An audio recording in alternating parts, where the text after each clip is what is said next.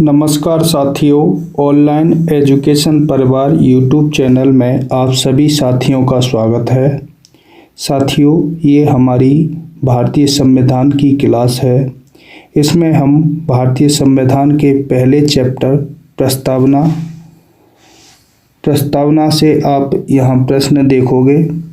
प्रस्तावना से संबंधित जितने भी मोस्ट इम्पोर्टेंट प्रश्न हैं उन सभी प्रश्नों को आज हम इस क्लास में लेकर आए हैं।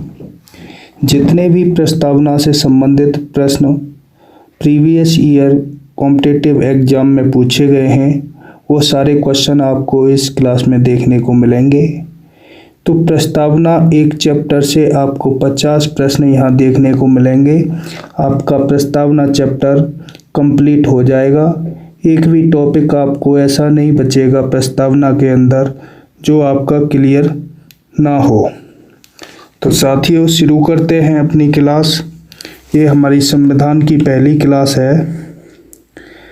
हमारा ऑनलाइन एजुकेशन परिवार यूट्यूब चैनल को साथियों सब्सक्राइब करना ना भूलें। तो आइए साथियों, शुरू करते हैं आज का प्रश्न। पहला प्रश्न है हमारा संविधान का, भारतीय संविधान की प्रस्तावना को किससे प्रेरणा मिलती है? भारतीय संविधान की प्रस्तावना को किससे प्रेरणा मिलती है? इसका सही उत्तर है भारतीय संविधान की प्रस्तावना को अमेरिकी संविधान से प्रेरणा मिलती है। इसमें हम भारत के लोग शब्दावली का प्रयोग किया गया है जो संता की संप्रभुता को दर्शाता है। हम भारत के लोग यहाँ से प्रस्तावना की स्टार्टिंग हुई है और ये भारत अमेरिकी संविधान से लिया गया है। ठीक है साथियों, हमने जितने भी प्रश्न लिए हैं वो व्याख्यात्मक प्रश्न लिए हैं। व्याख्यात्मक प्रश्न में क्या है कि आपको क्वेश्चन पूरी तरह से क्लियर हो जाएगा। ऑप्शनल प्रश्न नहीं लिए हैं। इस क्लास में हमने सारे विस्तृत व्याख्यात्मक प्रश्न लिए हैं। तो सेकंड प्रश्न है हमारा, भारतीय संविधान की प्रस्तावना का पहला शब्द क्या है? भारतीय संविधान की प्रस्तावना का पहला शब्द क्या है? तो हमारे भारतीय संविधान की प्रस्तावना का पहला शब्द है हम भारत के लोग। यहाँ से हमारी प्रस्तावना शुरू होती है, हम भारत के लोग, जो ये दर्शाता है कि भारत की संप्रभुता जनता में निहित है। भारत की संप्रभुता जनता में निहित है। ठीक है। नेक्स्ट प्रश्न नंबर 3, भारतीय संविधान की प्रस्तावना में कुल कितने शब्द हैं? भारतीय संविधान की प्रस्तावना में कुल कितने शब्द हैं? तो भारतीय संविधान की प्रस्तावना में कुल 85 शब्द हैं। ठीक है साथियों।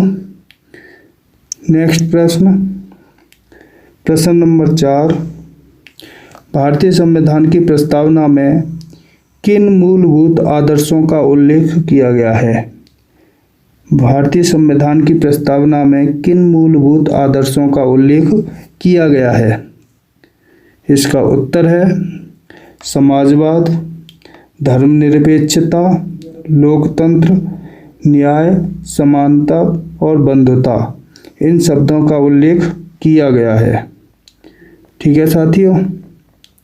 नेक्स्ट प्रश्न, हमारा अगला प्रश्न है प्रश्न नंबर 4, संविधान की प्रस्तावना में किन मूलभूत आदर्शों का उल्लेख है? हमारी भारतीय संविधान की प्रस्तावना में किन मूलभूत आदर्शों का उल्लेख है? समाजवाद, धर्मनिरपेक्षता, लोकतंत्र, न्याय, समानता, बंधुता। नेक्स्ट प्रश्न है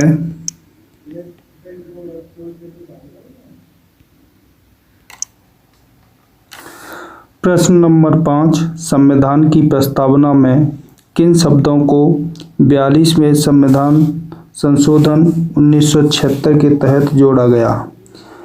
संविधान की प्रस्तावना में किन शब्दों को 42वें संविधान संशोधन के तहत जोड़ा गया? इसका उत्तर है 42वें संविधान संशोधन द्वारा समाजवादी, धर्मनिरपेक्ष, अखंडता, ये 3 शब्द हमारे जोड़े गए। बहुत ही इम्पोर्टेंट प्रश्न है। समाजवादी, धर्मनिरपेक्ष और अखंडता शब्द को जोड़ा गया। नेक्स्ट प्रश्न, प्रस्तावना को भारतीय संविधान का कौन सा भाग माना गया है? प्रस्तावना को भारतीय संविधान का कौन सा भाग माना गया है? उत्तर है प्रस्तावना को संविधान का आधारशिला और आत्मा माना गया है। संविधान की आत्मा और आधारशिला प्रस्तावना को माना गया है। नेक्स्ट प्रश्न, सुप्रीम कोर्ट ने प्रस्तावना को भारतीय संविधान का हिस्सा किस केस में माना है? सुप्रीम कोर्ट ने भारतीय संविधान का हिस्सा किस केस में माना है प्रस्तावना को? तो पहले साथियों, प्रस्तावना को भारतीय संविधान का हिस्सा नहीं माना जाता था। केशवानंद भारती बनाम केरल राज्य केस में, ये 1973 का केस है। इसमें सुप्रीम कोर्ट ने फैसला दिया था कि प्रस्तावना संविधान का अभिन्न अंग है। प्रस्तावना संविधान का अभिन्न अंग है। किस केस में? केशवानंद भारती बनाम केरल राज्य 1973 के केस में। नेक्स्ट प्रश्न, संविधान की प्रस्तावना का उद्देश्य क्या है? संविधान की प्रस्तावना का उद्देश्य क्या है? प्रस्तावना का उद्देश्य भारतीय नागरिकों को न्याय, स्वतंत्रता, समानता और बंधुता सुनिश्चित करना है। प्रस्तावना का उद्देश्य है भारतीय नागरिकों को न्याय, स्वतंत्रता, समानता और बंधुता सुनिश्चित करना है। नेक्स्ट प्रश्न, भारतीय संविधान की प्रस्तावना को बदलने का अधिकार संसद को है या नहीं? भारतीय संविधान की प्रस्तावना को कौन बदल सकता है? तो संसद इसमें बदलाव कर सकती है। ठीक है, हाँ, इसका उत्तर है हाँ। प्रस्तावना को बदला जा सकता है, लेकिन इसके मूल ढांचे में कोई परिवर्तन नहीं किया जा सकता। जो इसका बेसिक स्ट्रक्चर है उसमें कोई परिवर्तन नहीं किया जा सकता है, और बदला जा सकता है तो वो कौन बदलेगा? वो संसद बदलेगी, लेकिन मूल ढांचे से छेड़छाड़ नहीं की जा सकती। नेक्स्ट प्रश्न, प्रस्तावना में कितने प्रकार के न्याय का उल्लेख है? प्रस्तावना में कितने प्रकार के न्याय का उल्लेख है? प्रस्तावना में 3 प्रकार के न्याय का उल्लेख है। कितने प्रकार के न्याय? 3। कौन कौन से? सामाजिक न्याय, आर्थिक न्याय और राजनीतिक न्याय। सामाजिक न्याय, आर्थिक न्याय और राजनीतिक न्याय। नेक्स्ट प्रश्न, प्रस्तावना में उल्लेखित न्याय, स्वतंत्रता, समानता किससे प्रेरित हैं? प्रस्तावना में उल्लेखित न्याय, स्वतंत्रता और समानता किससे प्रेरित हैं? उत्तर है ये आदर्श फ्रांसीसी क्रांति 1789 1789 से प्रेरित है। किससे? फ्रांसीसी क्रांति से। नेक्स्ट प्रश्न, हम भारत के लोग से क्या तात्पर्य है? हम भारत के लोग, ये प्रस्तावना यहाँ से हमारी स्टार्ट होती है। इससे तात्पर्य है भारत का संविधान जनता द्वारा जनता के लिए जनता का है। हम भारत के लोग, इससे तात्पर्य है भारत का संविधान जनता द्वारा जनता के लिए जनता का संविधान है। नेक्स्ट प्रश्न, संविधान की प्रस्तावना किस दिन अंगीकृत की गई? भारत की संविधान की प्रस्तावना किस दिन अंगीकृत की गई? तो प्रस्तावना को 26 नवंबर 1949 को अंगीकृत किया गया था। कब किया गया था? 26 नवंबर 1949 को। नेक्स्ट प्रश्न, प्रस्तावना का अंतिम शब्द क्या है? प्रस्तावना का अंतिम शब्द क्या है? प्रथम शब्द है हम भारत के लोग और अंतिम शब्द है भारत गणराज्य। भारत गणराज्य। नेक्स्ट प्रश्न, अखंडता शब्द से क्या अर्थ है? अखंडता शब्द से क्या अर्थ है? अखंडता शब्द का अर्थ है देश की एकता अखंडता बनाए रखना। देश की एकता अखंडता बनाए रखना। नेक्स्ट प्रश्न, क्या संविधान की प्रस्तावना कानूनी रूप से बाध्यकारी है?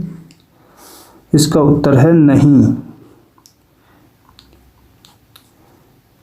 प्रस्तावना कानूनी रूप से बाध्यकारी नहीं है, लेकिन यह संविधान की व्याख्या के लिए मार्गदर्शक है।